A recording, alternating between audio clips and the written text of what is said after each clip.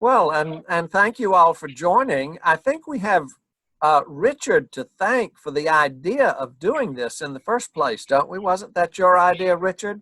Mhm. Richard said, "Why don't we do this and somebody else do it?" That's exactly Mhm. it.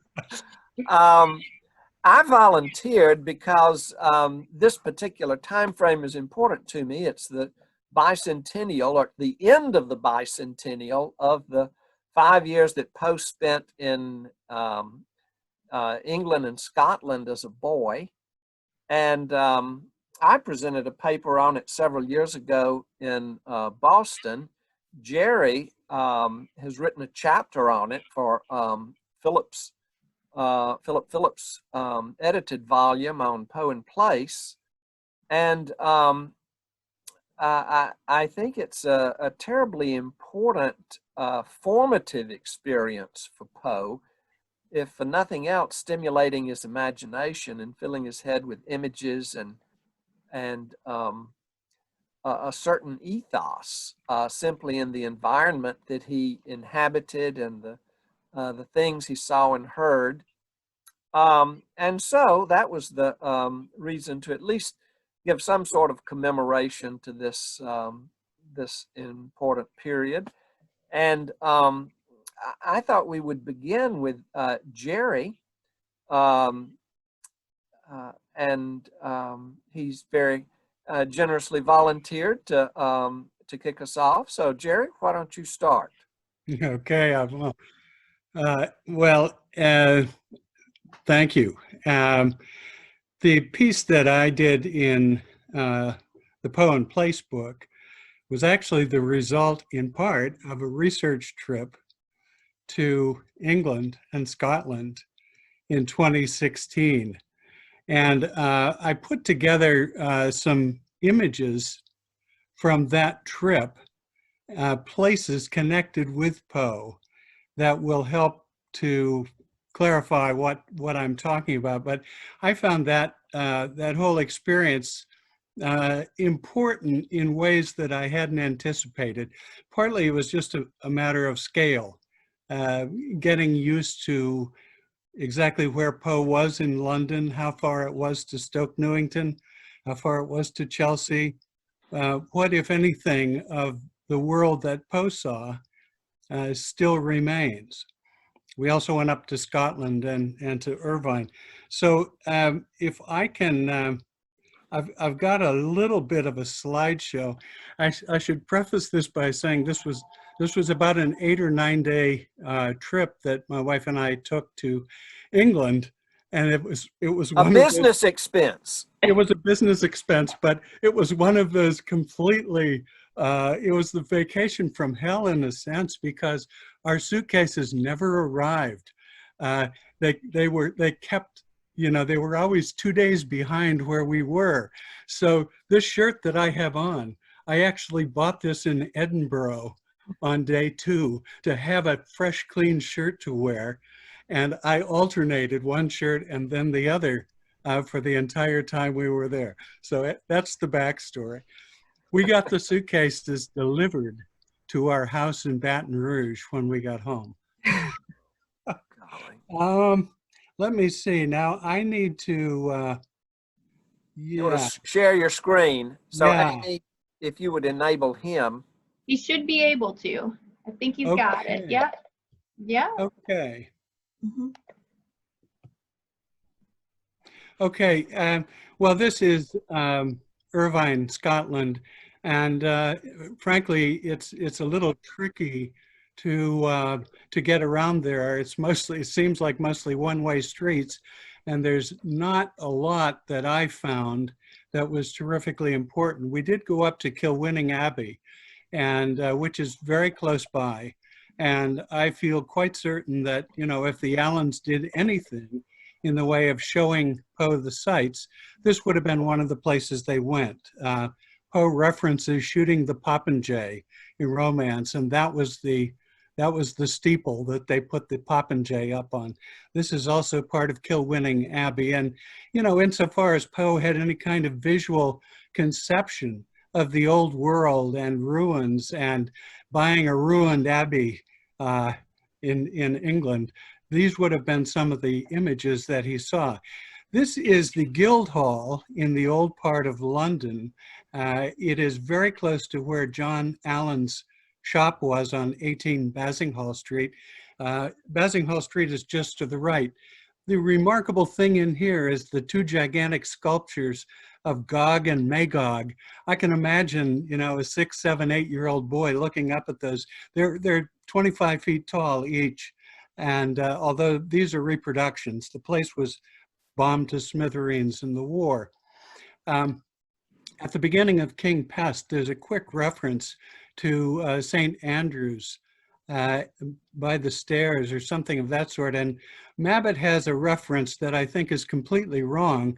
This is a church that is very much closer to the river, close to St. Paul's, and it's St. Andrew by the wardrobe. The wardrobe was built by King Edward II as a place to store his clothes.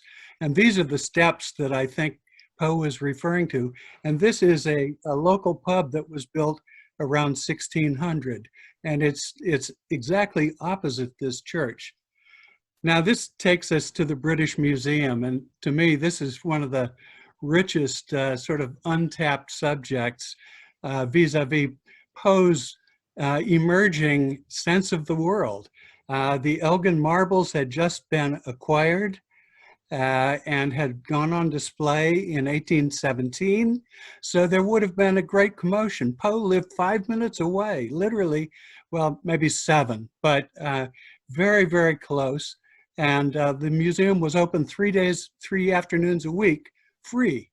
They had already a big collection of Egyptian mummies. I can't verify that these were there, but there are in fact catalogs from that era. This is the great bust of Ramesses II that inspired Shelley's poem Ozymandias. Can you imagine the impact of that on an 8 or 9-year-old boy?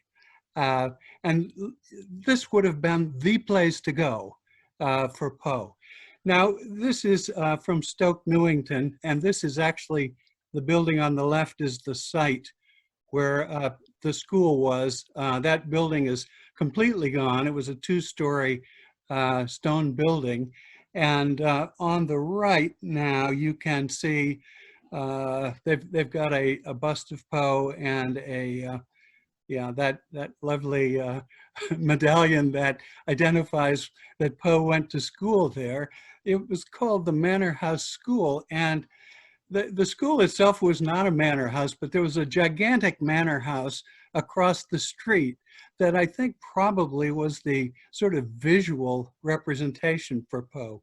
This is the church that Reverend Bransby preached at, St. Mary's Old Church in Stoke Newington. So this would have been a place where, you know, Poe went to church. Let's see, I'm gonna, I'll just go back here. That would have been a place where, you know, the boys were marched there on Sundays to hear Reverend Bransby and so forth.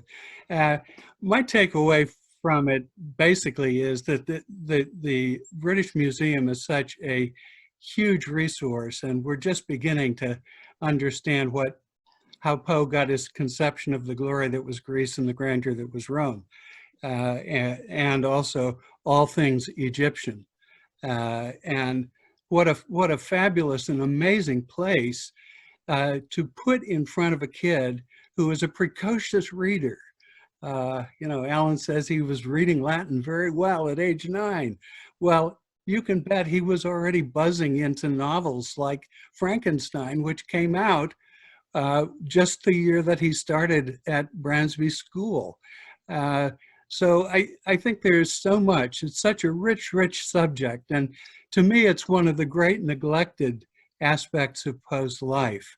I am pretty convinced that, you know, when he came back to the United States in 1820, it was not many months after that that John Allen went to the printer or talked to Poe's teacher to ask him if he should print a sheaf of poems that Poe had produced.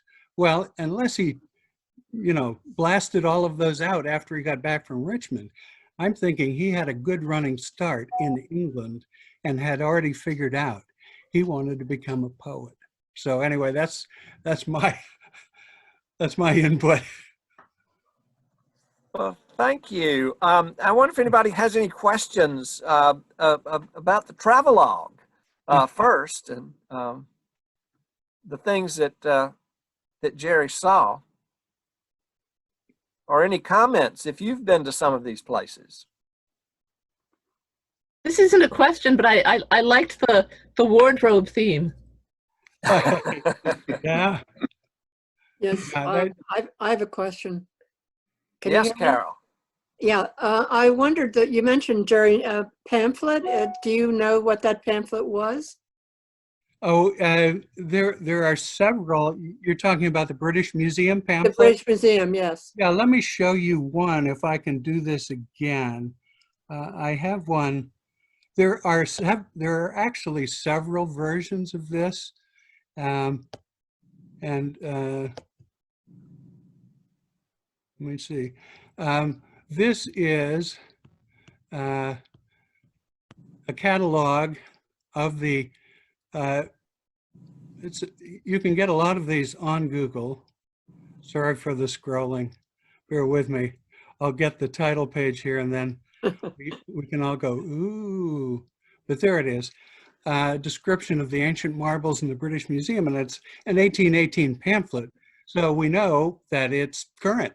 There are a number of wonderful imprints like this that very richly describe all of the contents of the growing collection. And of course, I'm forgetting the exact year, but very soon after this, the British Museum had to it outgrew the mansion that it was located in when Poe was living in London. And not long after, they started creating the gigantic British Museum that we know today. One thing that I meant to mention, and it's in that chapter, so you may already know this, but a number of people may be skeptical of the idea that, you know, Poe ever went to the British Museum. How can we be sure? Well, we can't. I mean, there's no registry that would provide some absolute confirmation. But in that 1845 piece in the Broadway Journal, November 1st, 1845, there's an editorial miscellany where Poe is talking about being a reader at the British Museum. It's a little bit fictionalized because I don't think Poe was actually doing scholarship, you know, when he was 10 years old. But you do get the impression that he's been inside and he knows the setup and he understands the difference between being inside the British Museum and being outside. If you haven't seen that little bit, it's actually in Essays and Reviews, page 1090, if you want to check it out. Thanks. Yeah, Carol, sorry for a long-winded answer. That's okay. Jerry, Yes. I'm wondering whether you've thought much about the social scene that Poe would have encountered during his time in England. I'm wondering whether maybe the Peterloo Massacre in 1819 might have shaped some of his views of social unrest. Certainly that was a catastrophic event at the time, and I can't imagine that someone living in the British Isles would be unaware of it. He would have been 10, I guess, when that happened. So yeah, my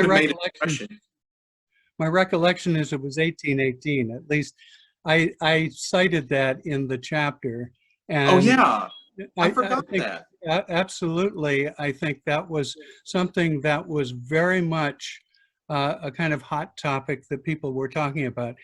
There's so much that we don't know about Regency England, and the very tricky political situation there Right. with a regent who was much despised, and the Corn Laws had just been passed, and there was great unrest and protest across the country. And I think, you know, one of the most important elements is that I think Poe had an opportunity, if he was picking up, you know, Childe Harold and reading about the moving of the artifacts from the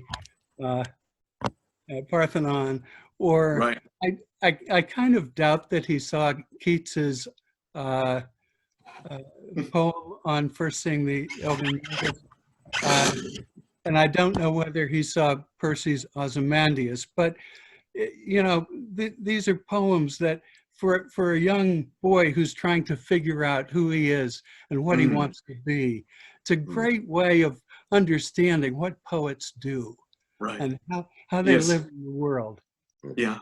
Thank you for letting me know about your reference to the Peterloo Massacre. I must have missed that when I read through your essay. I think it's there. If it's not, I messed up, but it's supposed to be. Okay, any other questions of Jerry before we move on?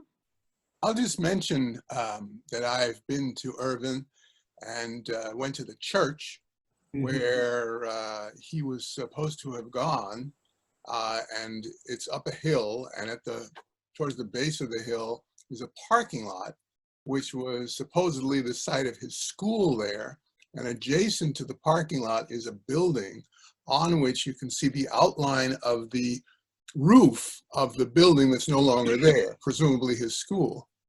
And Amy and I went to the church, and the minister there said that there was a story that Edgar used to do rubbings of the graves in the cemetery with the other children as a way of learning his letters. And among those graves, of course, are graves of the Allen family. Oh, wow. One other thing about images of Poe's British Isles, the collection of Poe's poems edited by J.H. Whitty contains a lot of photographs from the early 20th century of sites that Poe would have seen. And I don't know whether these buildings are extant now, whether they've been destroyed, torn down, but that's a great resource for those trying to visualize things that Poe might have seen himself. Okay, anything else? Well then, Amy, if you'd let me share the screen. Is it ready? Yes, it should be ready. Okay. Several years ago, I came across a journal, The Leisure Hour, an English journal. And in an 1854 edition, there's a pretty vicious attack on Poe, and it criticizes him for never even alluding to England in any of his stories, even after he'd lived there for 5 years, which I thought quite strange, because at least 10 of them are set in England, and possibly more. I think you could make a case that if they weren't set there, they were inspired by the sort of thing that Jerry was talking about, such as Few Words with a Mummy. I think that would have been his encounter with a mummy. But what I wanted to do was go back and see the places as Poe would have seen them. So this is a collection of engravings from within 10 years of when Poe was there.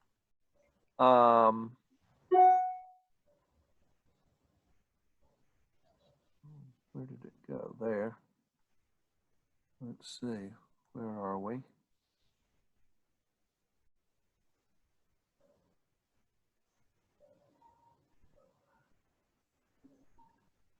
Okay. Of course, his early association, his mother and grandmother had come from London. His grandmother performed at the Royal Theatre at Drury Lane and Covent Garden. You know, there's one tradition that his grandparents were married at St. George's Church, Hanover Square in London. So that's the background. But in 1815, following the War of 1812 and the collapse of Allen's transatlantic business, his primary trade was with England. He left Richmond with Mr. Ellis in charge of the business there. Went to London in hopes of reviving their trade. They sailed into Liverpool in 1815, just after the Battle of Waterloo. So the Napoleonic War was finally at an end, that must have had some incredible impact on the country, because Boney had been a problem for what, almost 20 years. From Liverpool, they went up to Irvine. That's what it would have looked like when he was there. Does some of that look familiar, Jerry? Yeah. So to travel up there from Liverpool, they would have skirted the Lake District and gone through Carlisle. And along the way, Carlisle has a wonderful old castle. So he would have seen that sort of thing all along the way there. And neighboring Kilmarnock, where they also had relatives. Did you go to Kilmarnock too, Jerry? Yes. Yes, we did. Okay. Any of that look familiar? No, we went to Dean Castle there. Okay. And that's the place that has the zigzag mark down the wall. Okay. So a lot to stimulate a little boy's imagination. I don't know about y'all, but I have vivid memories of places my parents took me when I was this age. Places far out of the United States, like Charleston, South Carolina. That's for you, Scott. Washington and Richmond, and just the things that I saw from 100, 200 years old that struck me. Across Scotland, they traveled to Edinburgh, and the new town was new then. It was a new creation. There he would have seen the romance of a really formidable castle with Edinburgh Castle. Holyrood Palace. They were there several days, and they would have seen the sights. Mrs. Allen would have insisted on that. Then down to London. This is Middlesex. This map is just a few years before Poe was there, but on the right-hand side of the map, if you take that main road that skirts the right edge of Middlesex from the center of the city of London and go just due north, you'll see Stoke Newington about a third of the way up. So now it's in town, but then there was open countryside. They lived at two different locations on Russell Square. Russell Square and Bedford Square, that whole area of Bloomsbury was developed by the Duke of Bedford.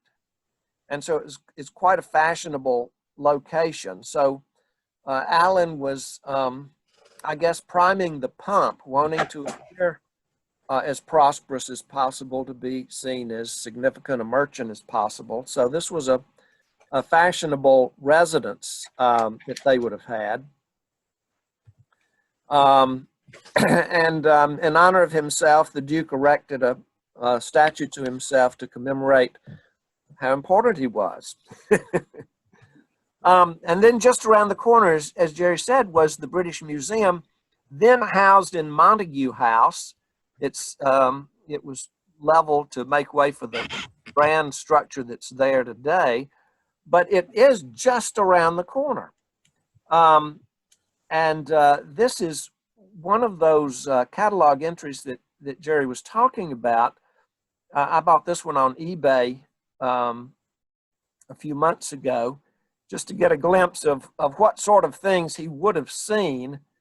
And you can probably find one on eBay today if you want to hang one on your wall. But he would have seen this grand collection of antiquity. Then he was off to school down upriver at Chelsea. And there he lived with the de Burgh sisters. And Jerry, you mentioned them in your chapter. Poe borrowed that name as one of the witnesses in Murders in the Rue Morgue. But interesting, talking about literary connections, in Irvine, this was the home of Bobby Burns, and Bobby Burns was a major figure then and today. I mean, so he as a poet would have been heralded when the Allens visited there. But in Chelsea, just around the corner from where the de Burgh sisters lived, was the home of Jane Austen's brother. And Jane Austen visited the brother the year before Poe got there. But I think it's fascinating that Lady Catherine de Burgh appears in Emma. And, you know, it's the problem with literary associations, it's so easy to speculate. But just wonder if that name has any connection with visiting her brother there. But the de Burgh sisters would have known that Jane Austen had visited around the corner for them, because by then she was a celebrity. She was her novels were popular. At least we speculate. But Chelsea is also the location of the Pensioners' Hospital. And so all these old veterans of the Napoleonic Wars would have been right there on the street, just down the street from the de Burgh sisters. So it would have been an exciting time for a little boy to be in that part of town. This is the Manor School. Not a particularly impressive building, but sort of stock for the day. But the church, the picture that Jerry showed you, they have added a steeple to it since earlier days.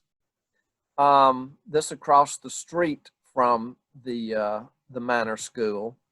But the old rectory that Jerry mentioned is essentially the building that Poe describes in William Wilson, rather than the classical building that the school was actually in. He describes a much older style of building, and so possibly this is what he's describing. And in that description, in William Wilson, he talks about the countryside around the school and the oaks and the you know, this. Well, I may have just a second. I may have this.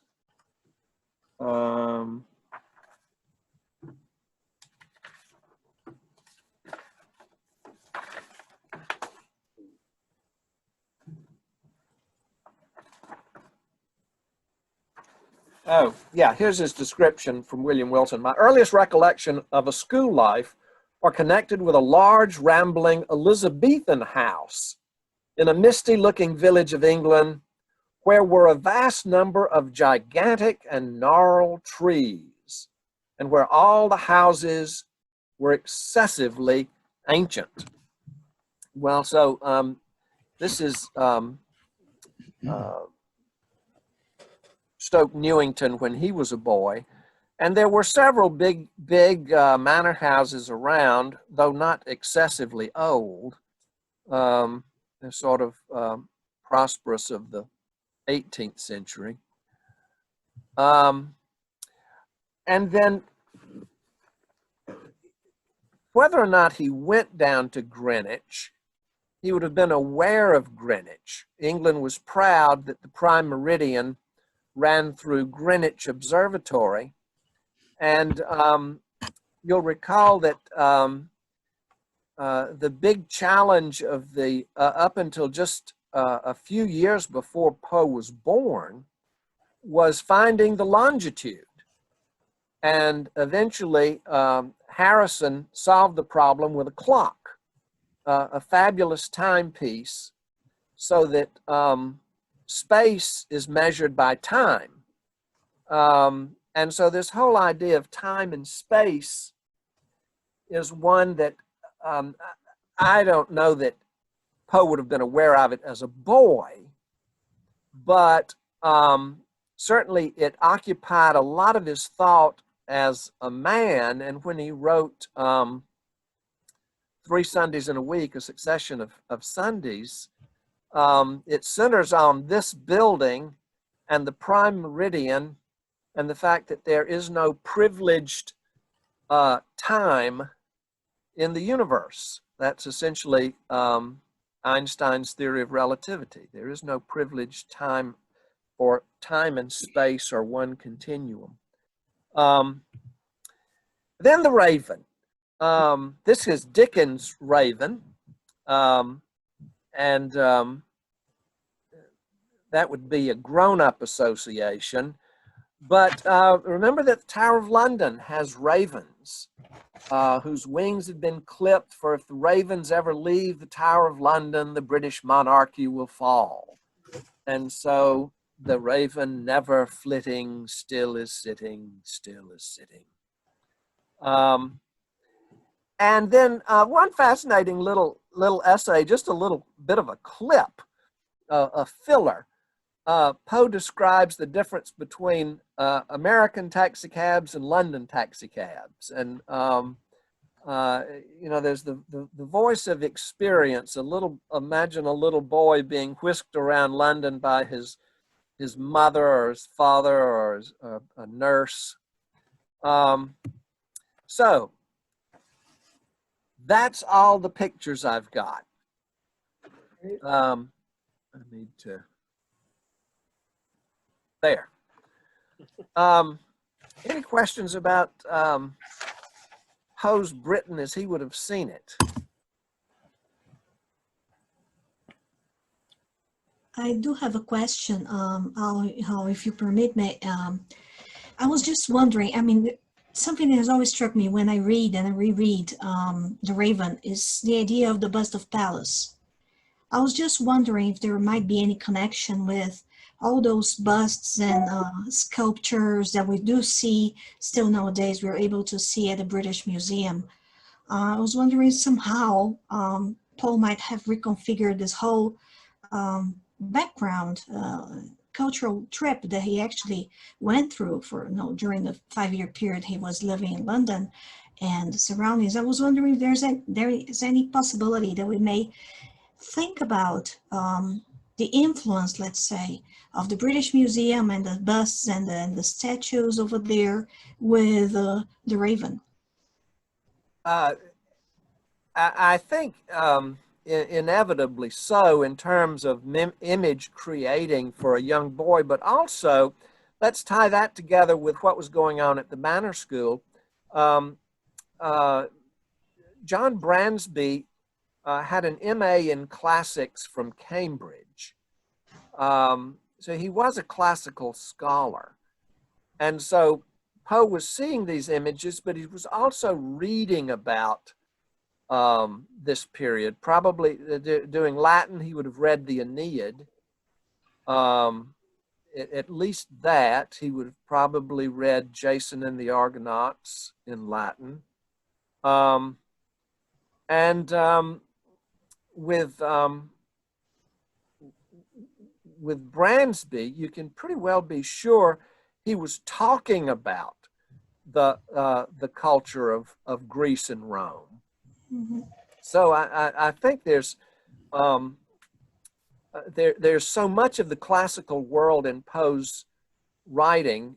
Yes, we see it in the Raven, but we see it in To Helen, Right. Mm-hmm. and those Nicean barks of yore, and the glory that was Greece and the grandeur that was Rome, and Sonnet to Science, talking about the naiads and the dryads, and it just everywhere. They're the classical allusions. Now that would have been normal for anybody. I mean, you've got those in most major poets because that was the world.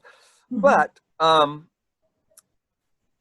it made Poe more cosmopolitan, I think, than a lot of American poets, because he was connected in a way that some of the others were not. He had been exposed to something, he'd seen something. So again, we're speculating, but isn't it fun, since this isn't formal paper session? we're just chewing the fat. Fun and fascinating. Anybody? Beth, it looks like you're muted, Beth. You need to take your there. Yeah. This is just kind of following up on the British Museum. As I think I mentioned last time we met, I've been working on the gold bug. I don't know if anyone else has done anything with this, but I was thinking of the gold bug, not just in terms of hieroglyphics, but comparing it to the Rosetta Stone in particular. Because the Rosetta Stone was sort of discovered by accident, half buried in the sand, like the gold bug. And as you all know, the Rosetta Stone enabled the decryption of hieroglyphics because it had 3 different linguistic codes on it. Greek, Coptic, and hieroglyphics. And I'm thinking that that's not exactly the way the gold bug works, but the gold bug does have 3 different linguistic codes on it. It has visual puns, like the pun on kid has goat. It has pictures, and it also has written characters. So, especially because we know that Poe wrote about the Rosetta Stone, I'm thinking that might be another way. Hello, Alex Salmon here. In which the British Museum affected his writing. Yeah, that he developed that interest in secret codes and that sort of thing long before he wrote the gold bug, and he had those columns on puzzles and secret languages and codes and that sort of thing some years before. Where did that begin? I think this is a wonderful speculation, because there it was this decoding a mystery. And I think that the Rosetta Stone was already there in 1815, wasn't it? I think it was. Yeah, I think it was. And also, as you know, one of the things about the gold bug is that it's really heavy. And of course it's really heavy because it seems like it's solid gold, but it also in a way makes it more stone-like. Yeah. The Rosetta Stone, I think, went on exhibition in 1802 or 1803. Oh, okay. Very shortly after the turn of the century. It was famous by then, yeah. Yeah. So that was an incredible period for the British Museum of acquiring all sorts of artifacts from so many places, and the Egyptian material is just remarkable. You were making a point earlier about your parents taking you somewhere when you're younger. Just imagine, for the folks from North America here, your parents moved to Bangkok when you were 6 years old, and you were there until you were pretty close to 12. That would stay with you your entire life. I can imagine, Poe kept dreaming about those places that he would never see again. Such a rich experience, and I wish we knew more about his reading and writing prowess at that time. It's fun to speculate what he might have been reading. You mentioned Jane Austen. Northanger Abbey came out in 1818, and that would have been a go-to for probably all of the students at Bransby School. The hell? Yes. Just basically having you go back to a young Poe in London. Can you tell me about, this is London prior to the streets being cleaned up, the sewers are dumping into that awful Thames. Yeah. It's a London of disease. Do you have a sense of things like the Man of the Crowd and even some of the plague stories being shaped by what, as a kid, he would have seen and smelled in London? Well, again, it's speculation, but if you think about where John Allen's business was and where Russell Square was, and the route that would have taken him up to Stoke Newington, he probably would have gone at some point with John Allen down to the docks. He would have probably been with him on some occasion in 5 years, traveling down to the warehouses, which would have been, a skirting along the docks. He makes specific mention in different stories to Bishopsgate and several other locations along there. So he would have seen the throngs.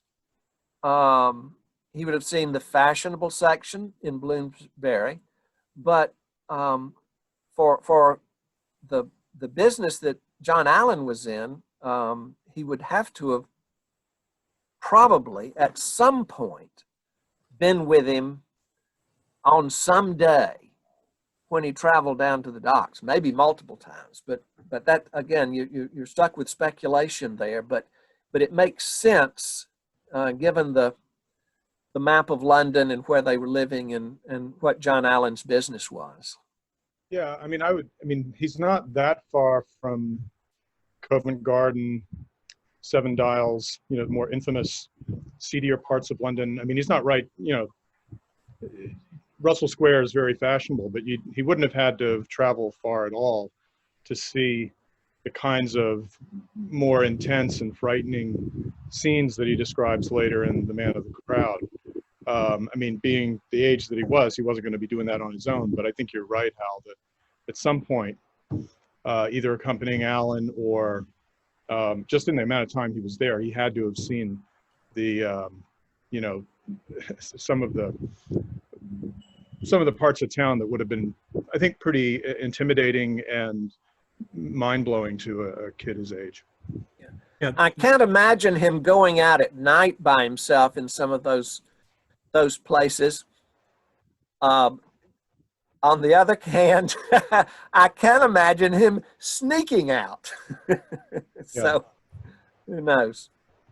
When I showed the picture of the church, St. Andrew's by the Wardrobe, that church is actually about 200 yards from where John Allen's shop was, and it is between Allen's shop and the river. Mm-hmm. So if you kind of skirt around St. Paul's and head down toward the river, the pub is right beside the church. So I would estimate that pub is within a quarter of a mile of the river. And,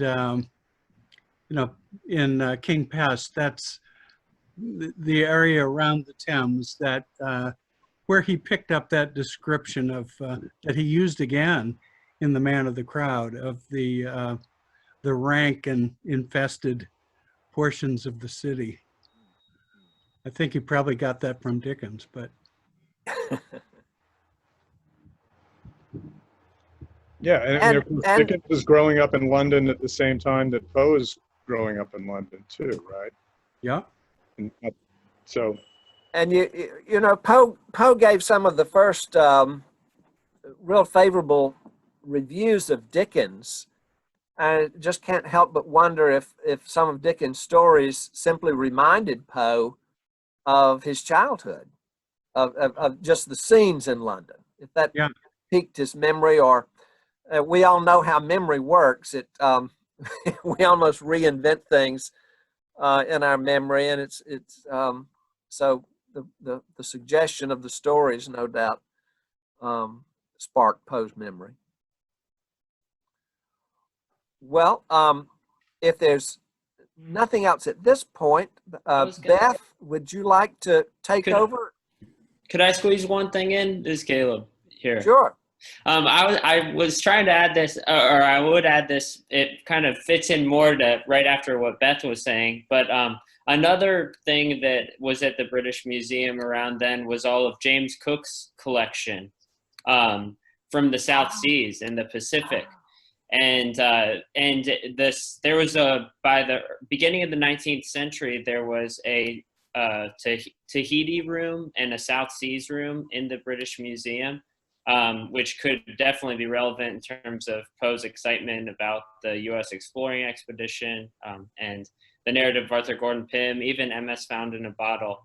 So yeah, I've been kind of exploring that, and I just finished my dissertation, which Jerry directed. But yeah, so that's something that we've been probing and talking about. Well, I think that's important, connecting at this point, because MS Found in a Bottle, the adventures of, the narrative of Arthur Gordon Pym, the Oblong Box, and the Balloon Hoax all require some knowledge of ocean voyages. Mm-hmm. What ships were like on long voyages, how they behaved, what the vast expanse of water was like. And for Poe to have made 2 transatlantic trips by the time he was 12, yes, I know, Richard, he did sail from Boston to Charleston and from Charleston to Fortress Monroe. And yet, to have had those kind of ocean voyages as a boy, when the imagination is probably more active than it is in the same way when you're 18, must have stayed with him. And if those exhibits were on at the British Museum, that just adds grist for our wild imaginations to speculate, doesn't it? Absolutely. Yeah. Well, Beth, you're going to talk about William Wilson. I am. I hope you guys don't mind. I did write something down, so I'm going to read it, but I'll try to make it interesting. I wanted to first thank Hal in particular, because I remember a while ago Hal was going to have a conference, maybe in Greenwich, and so I think this sort of kind of international little mini British conference is very. I'm enjoying it very much. So as I mentioned last time, I've been working a little bit on ventriloquism. And so that's what I'm going to talk a little bit about ventriloquism with relationship to William Wilson. I've been studying Poe's depictions of auditory illusions in the context of distant voice ventriloquism, as practiced in the 1830s and 1840s. It was different from how we imagine ventriloquism today, a comic like Edgar Bergen bantering with Charlie McCarthy, a puppet perched on his knee. Performers would throw their voices, adjusting the tone, timbre, and volume so that an utterance appeared to come from somewhere else. They conducted conversations with dozens of imaginary characters who could not be seen. Modulation made each sound seem to echo, deaden, diminish, or grow louder because of its presumed location. Ventriloquists added misdirection, glances, gestures, facial expressions, phrases such as, "Are you in there?" to enhance the illusion. These techniques, characteristic of distant voice ventriloquism, tricked listeners into believing that the sounds they heard came from beings who were hidden or far away.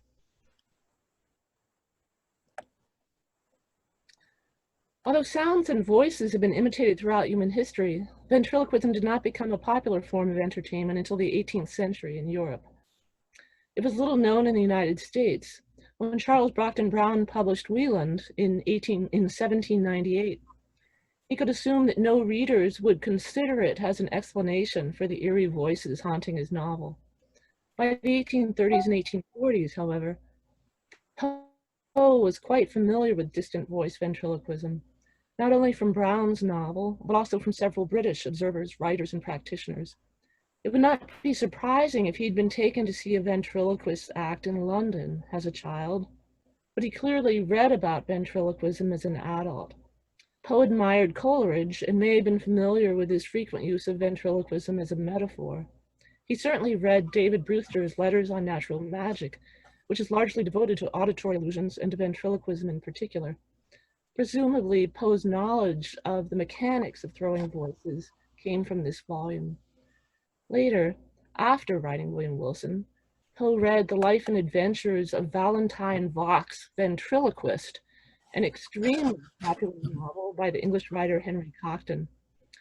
Poe disparaged it as a series of practical jokes, not literature, when reviewing Cocteau's next novel. He may have seen British ventriloquists who toured the United States during his lifetime, including James Ranney, Charles Matthews, and William Edward Love, who was most famous of these. Poe certainly knew Signor Antonio Blitz, a British ventriloquist, juggler, and magician who emigrated to the United States and settled in Philadelphia, where he lived while Poe was there. Poe alludes to Blitz several times in reviews and in his reply to a letter from Altus. I don't know, is that, do we say Altus or, I don't know, about borrowing someone else's words. Poe's scholarship tends to focus on the visual dimensions of his fiction, which I myself have often focused on, but may overlook other phenomena such as auditory illusions that have almost disappeared from our own culture. I suggest that his tales often draw on the techniques, devices, situations, images, and tropes of distant voice ventriloquism to create his effects.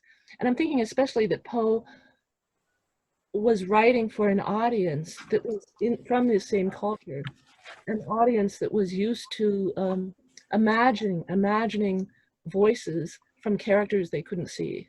So it's something like hearing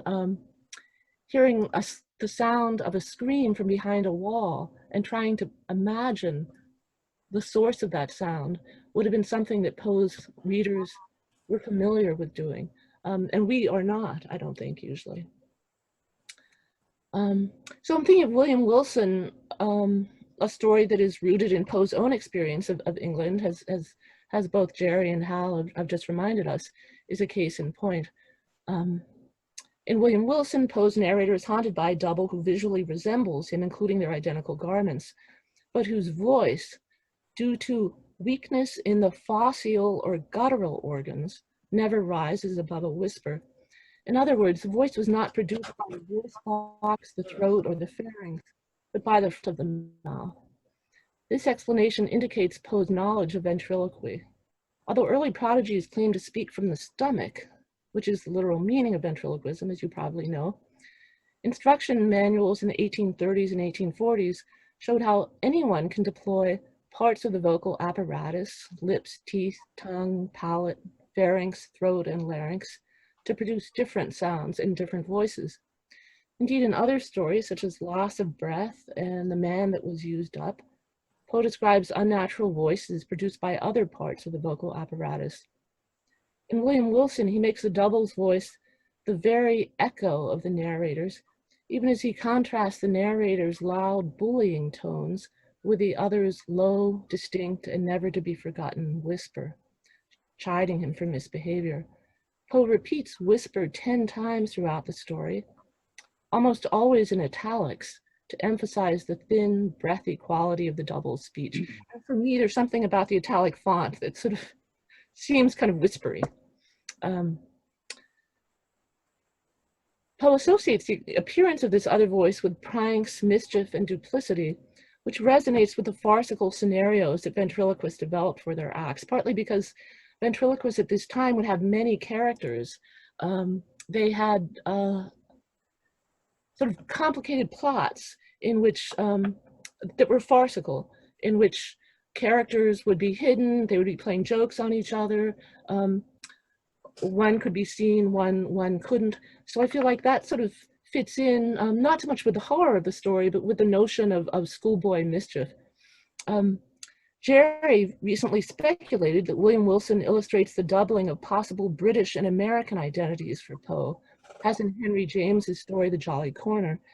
And I'm thinking that in that context, you can sort of think of English schoolboys perhaps imitating a visiting child who had a Southern United States pronunciation that they had never heard of before. And indeed, ventriloquists often parody national or regional accents in this way to create different characters. Poe also, in William Wilson, associates the manifestation of the double's voice with enclosed spaces. Perhaps the most distinctive aspect of long-distance ventriloquism, as opposed to the kind we're used to, was the illusion of voices coming from such places. Up a chimney, down a well, behind a screen, inside a closet, and especially within a box that could be opened or shut. In William Wilson, the double's whisper manifests in a series of dim anterooms and vestibules. I won't cite examples because I'm sure you can remember them, but always it seems like the double appears inside an enclosed space, or even a space that's made by folding doors or something like that. At the end of the story, when Wilson confronts his double inside the last of these spaces, and his double has the last word, anticipating the denouement of later horror films about ventriloquists and dummies, such as Magic from 1978, which was something I saw in my adolescence. The narrator implies that he himself may have been speaking whenever his double whispered. He sort of fancies that he himself is speaking when he hears the double's last words. And what I'm thinking in particular is that Poe, in this way, has created a story that stages a series of conversations between two characters.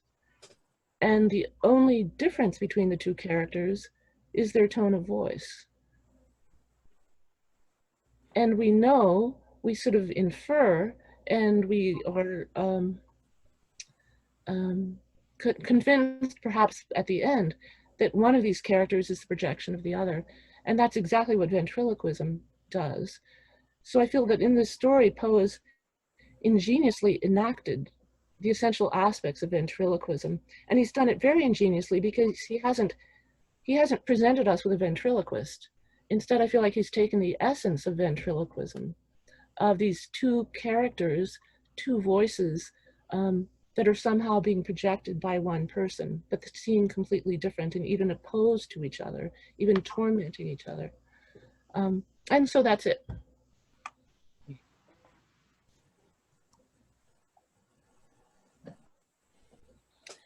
Hal, now you're muted. I'm muted. Sorry. That was thought-provoking, and I imagine it provoked some thoughts that need to be expressed. Does anybody want to respond, or does what Beth had to say spark any thoughts in your own mind? Beth, I have a question. So you said that Poe would be reading about ventriloquism. I guess I'm kind of wondering, even when he was in England, I don't know, I'm thinking even with puppetry, right? So clearly that's a different thing. You don't have to have the skill of ventriloquism, but I don't know, as a child, would he have seen that kind of thing? Or maybe this is beyond Beth, like maybe others may know, or maybe no one knows because it's a different thing. But would he have even been introduced to just the voice not being quite not knowing quite where the voice is coming from early on? And I'm thinking like Punch and Judy shows, of course. So I just didn't know if anyone had any ideas about that, and if he would have seen anyone demonstrating ventriloquism, even in England. I don't know how that, because like you said, it's not like what we think of today with a puppet of sorts. So I have no idea. I'd love to hear from Hal or Jerry speculating about what forms of entertainment he might have seen, but ventriloquism was extremely popular at the time. It was, especially in combination with sort of other things, so that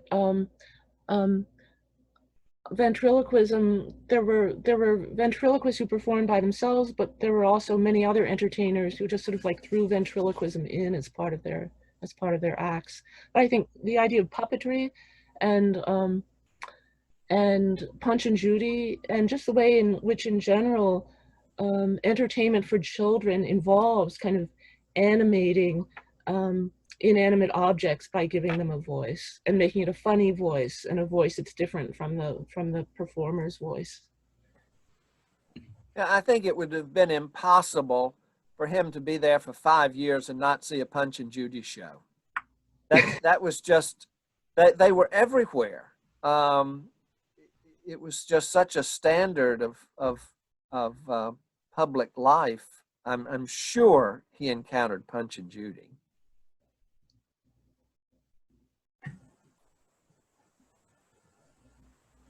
It's a good question, or I hadn't even thought of Punch and Judy or puppetry. yeah, and I don't know if maybe others know, would minstrel shows have had ventriloquism in them? I mean, we're too early for vaudeville, of course, but or any other, because you mentioned other entertainments. It just strikes me I just never thought about how much exposure he would have to something like this. Yeah. Yeah, I'm not sure. I know there was some overlap later with minstrel shows, and not so much minstrel shows, but ventriloquist acts that kind of took on some aspects of minstrel shows. Beth, you mentioned a number of well-known ventriloquists, including a recent import of an immigrant from Britain. How did their performers move around the states? Who sponsored them? What kind of venues would a young Poe, even growing up in Richmond, encounter them? Some of those facts I don't have. I know that they toured Richmond, they toured Boston, they toured New York, other cities like that. There's another ventriloquist who's not British, so I didn't include him, who is French, named Vaudemer, who performed as Monsieur Alexandre, and I'm sure that Poe was familiar with him because Brewster wrote a lot about him. I know that Blitz in Philadelphia performed.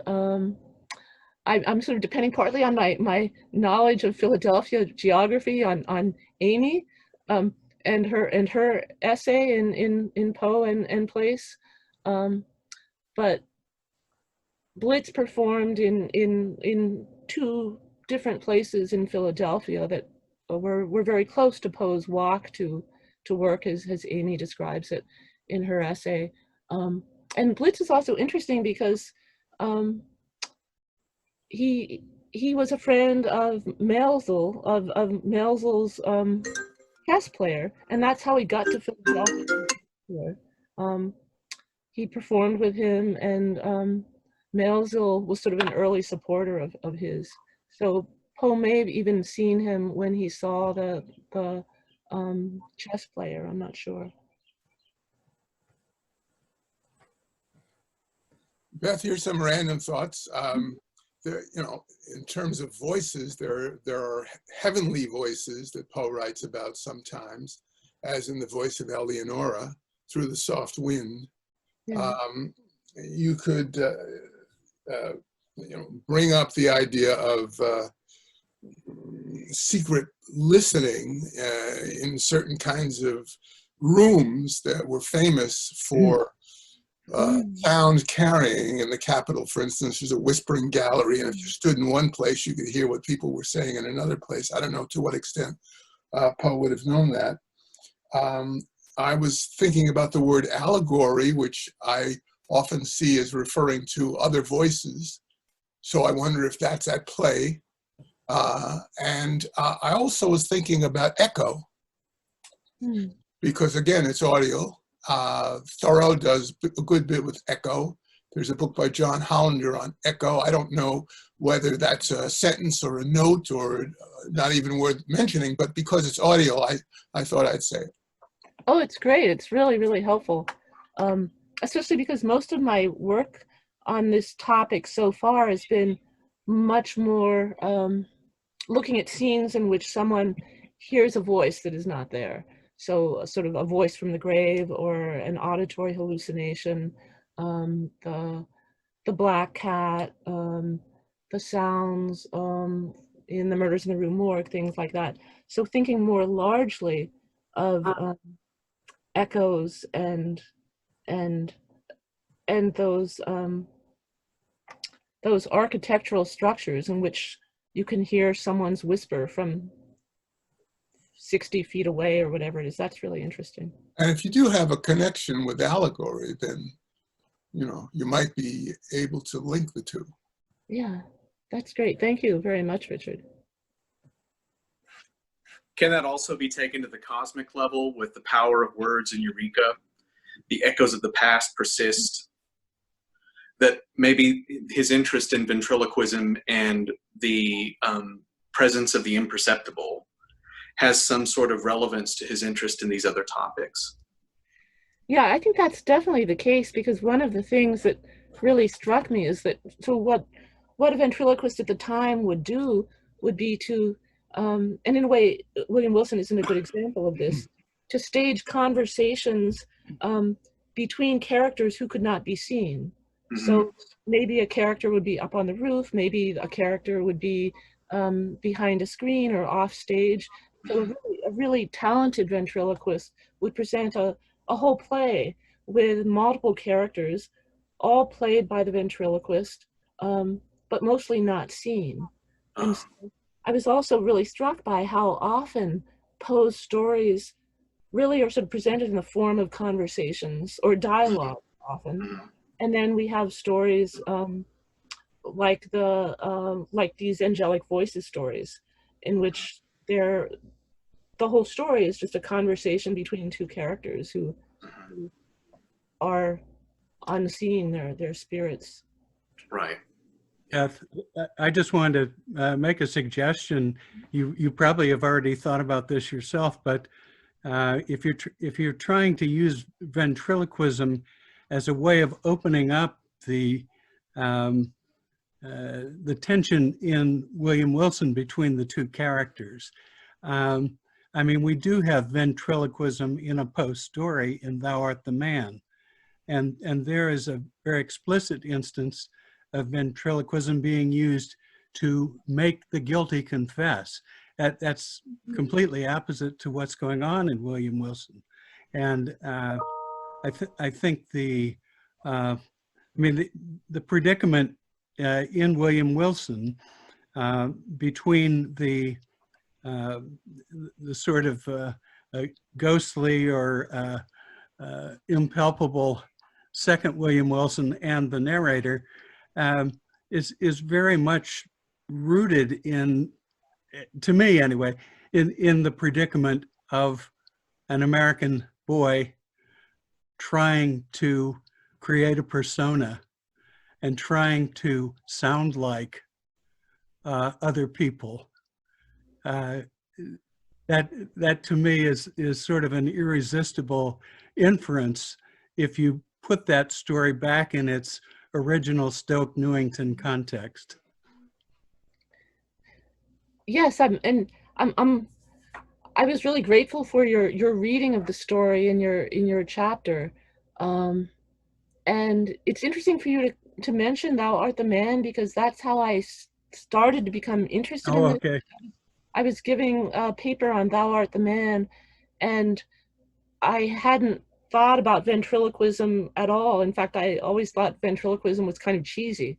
Um, and then I started to become interested in it. So I feel like I've thought a lot about ventriloquism and Thou Art the Man, but I didn't really think of it, maybe thinking of Thou Art the Man as some kind of answer to William Wilson. And I'm thinking in particular of how in Thou Art the Man, the ventriloquism is very explicit and it's also very concrete. Um, Mhm. it's, you know, as I've speculated, no, I don't think any ventriloquist at the time would have dared to impersonate a cadaver or make a cadaver seem to be speaking to the audience. Um, so that's kind of interesting to think of those two stories as being paired in that way, especially in terms of guilt and confession. Unless Valdemar is being ventriloquized. There we are. Yeah, Alvar's accent. yeah, I think I have a whole reading that I'll do some other time. I mean, I really didn't think I would get so interested in this topic, and I've been trying not to let it distract me from other things I should be doing instead. But this French ventriloquist whom I mentioned, Vaudemer, was a really interesting person, as well as a very talented ventriloquist. He had an interesting life, and I can't help think, but the name Valdemar could be at least in part a reference to Vaudemer, as well as other sources as well. Beth, you've been talking about the inadequacy of visual experience and how Poe's emphasis on ventriloquism helps us recognize these other sensory experiences. Do you think that there's any link between Poe's emphasis on music in poetry and his interest in how different sensory experiences give us a more complete vision of reality experience, or at least point out the limitations of a kind of obsession with what we can perceive through the eyes?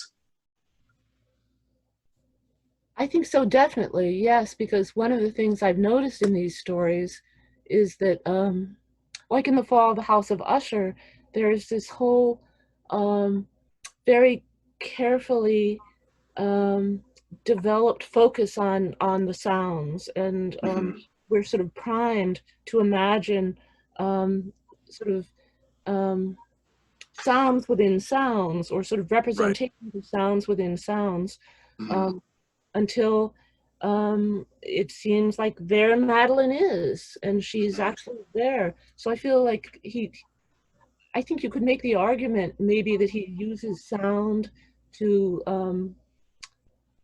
that often the sounds are preparing the reader for a visual revelation of Madeline or the black cat or whatever.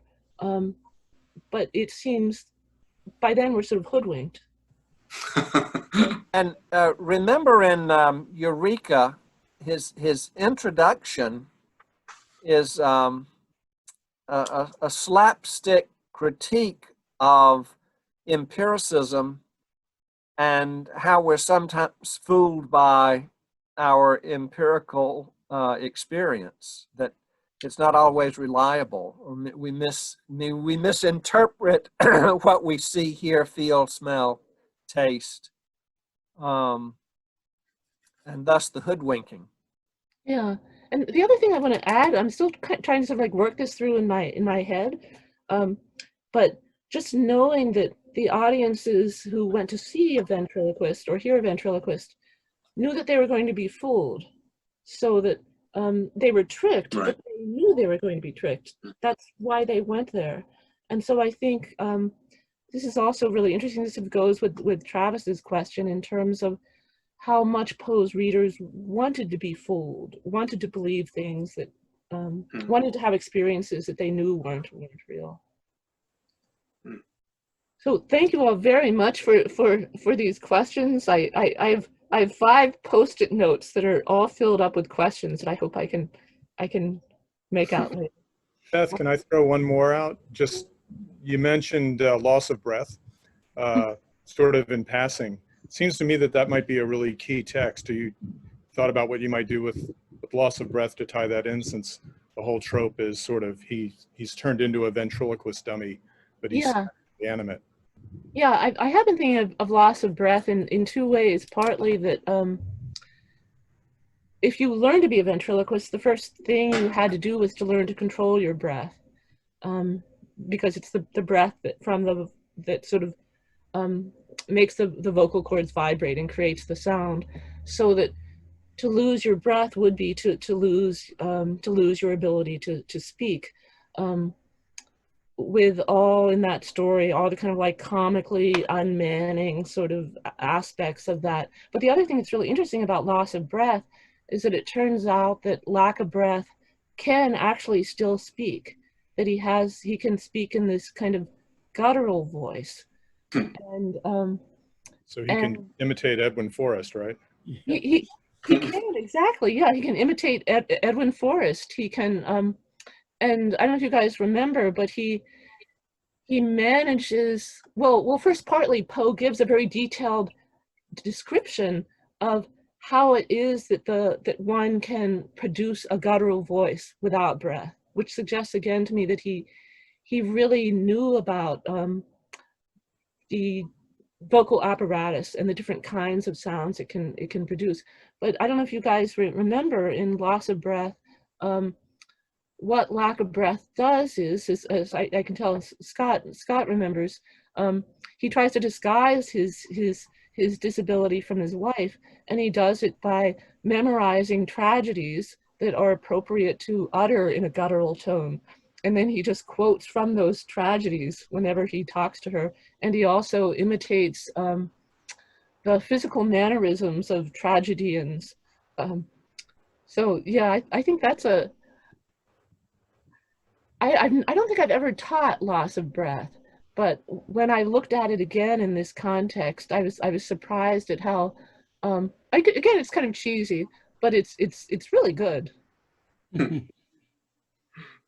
One other thought, Beth, is the end of Colloquy of Monos and Una talks about synesthesia, and perhaps that might be useful at some point in your work, because he's talking about the conversion of the visual into the audio. Yeah. Oh, that's so great. Thank you all so much.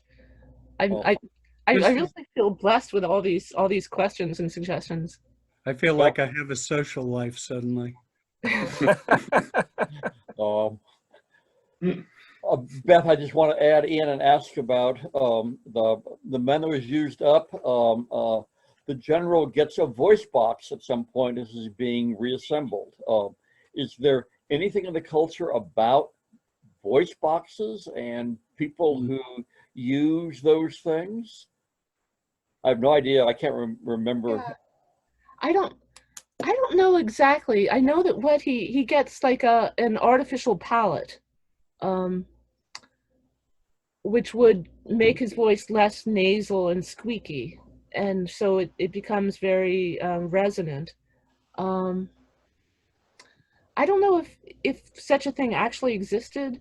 I was kind of thinking of it in general in terms of kind of like artificial tricks for manipulating the voice or changing the voice.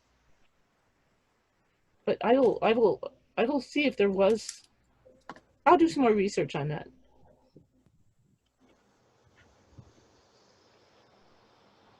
Well, anyone else? I'm curious to know, Takayuki, what time is it in Japan? It's 4:20 in the morning. So, I'm a little bit sleepy. That's great dedication. I'm impressed. But I truly enjoyed your talk. Thank you very much. Thank you. There's a lot of light in the sky behind you, though.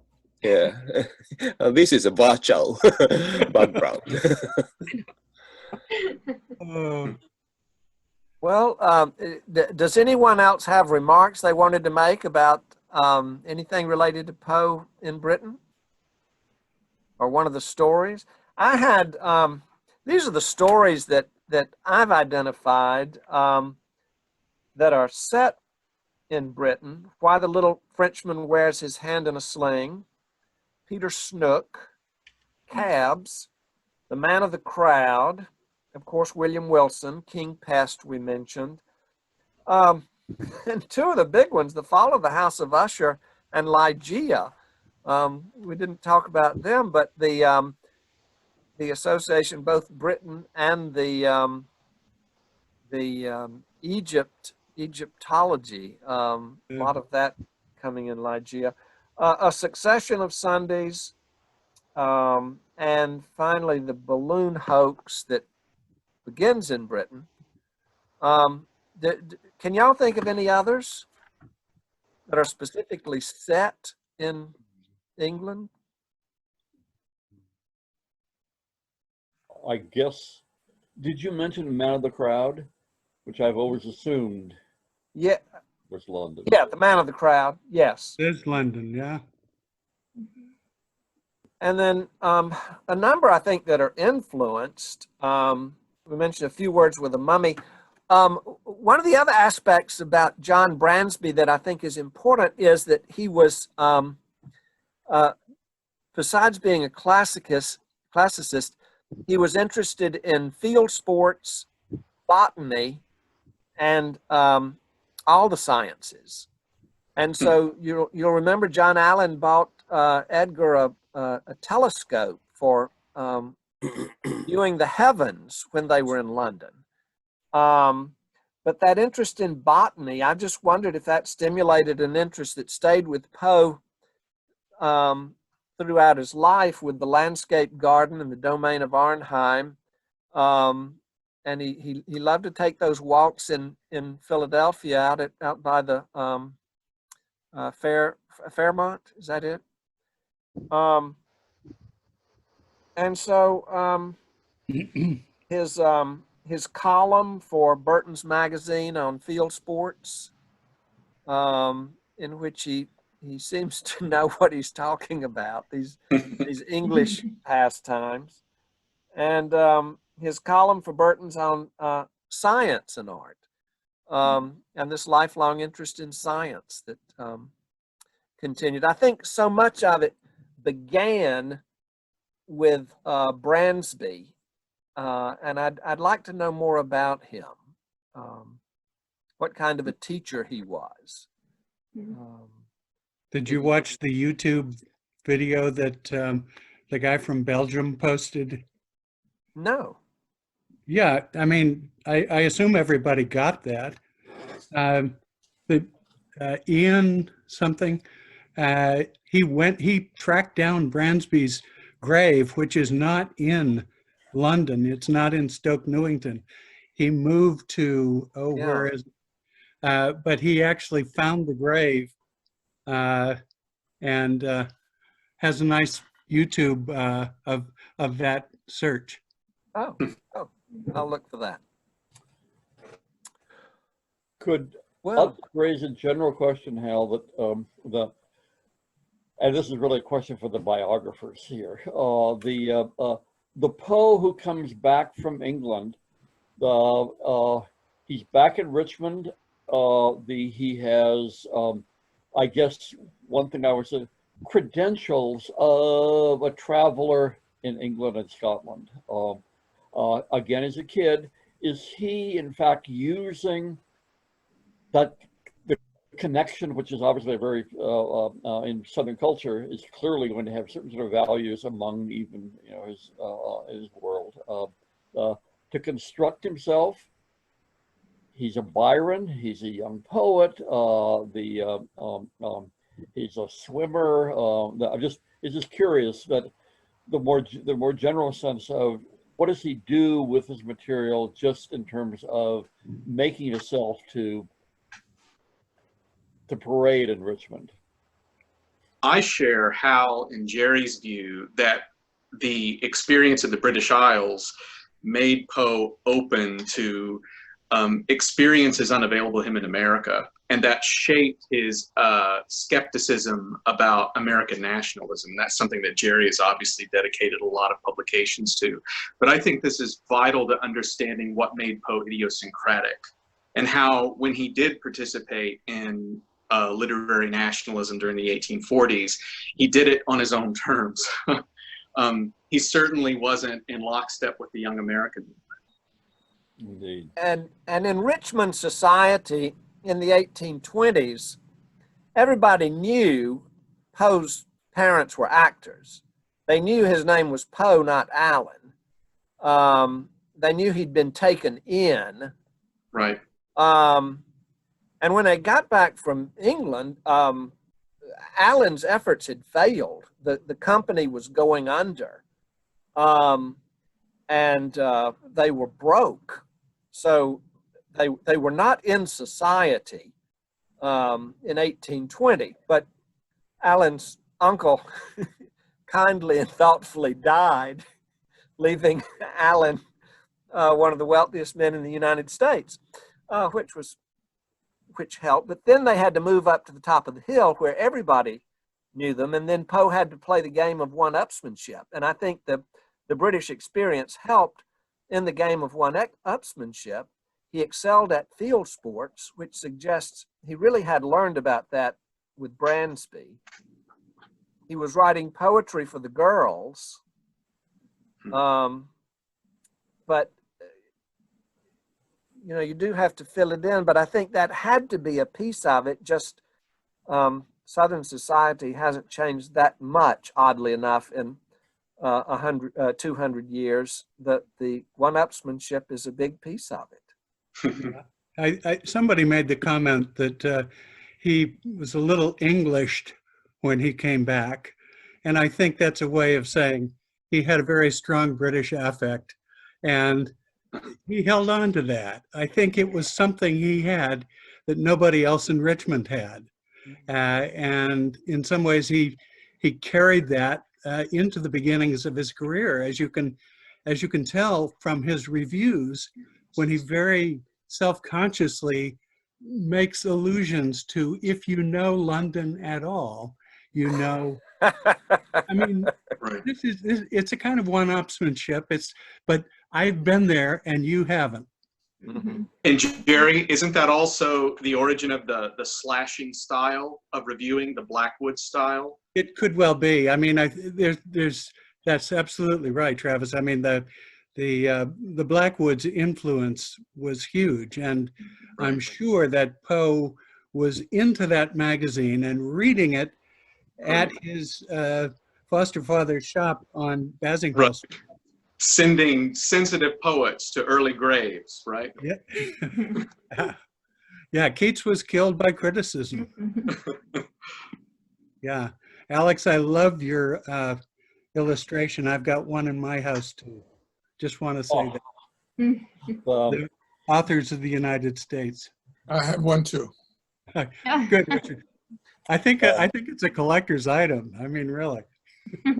This is inherited from ESQ, but absolutely love the essay in which you work with assembling those things which poet wants to put together. Yep. Yeah, that was fun. That was fun. My mentor when I was a little boy was Mary C. Sims Oliphant. She was the South Carolina historian. Wow. And granddaughter of William Gilmore Sims, and she owned Sims Plantation, and she had that same engraving, and she referred to it as William Gilmore Sims and his literary friends. Yeah.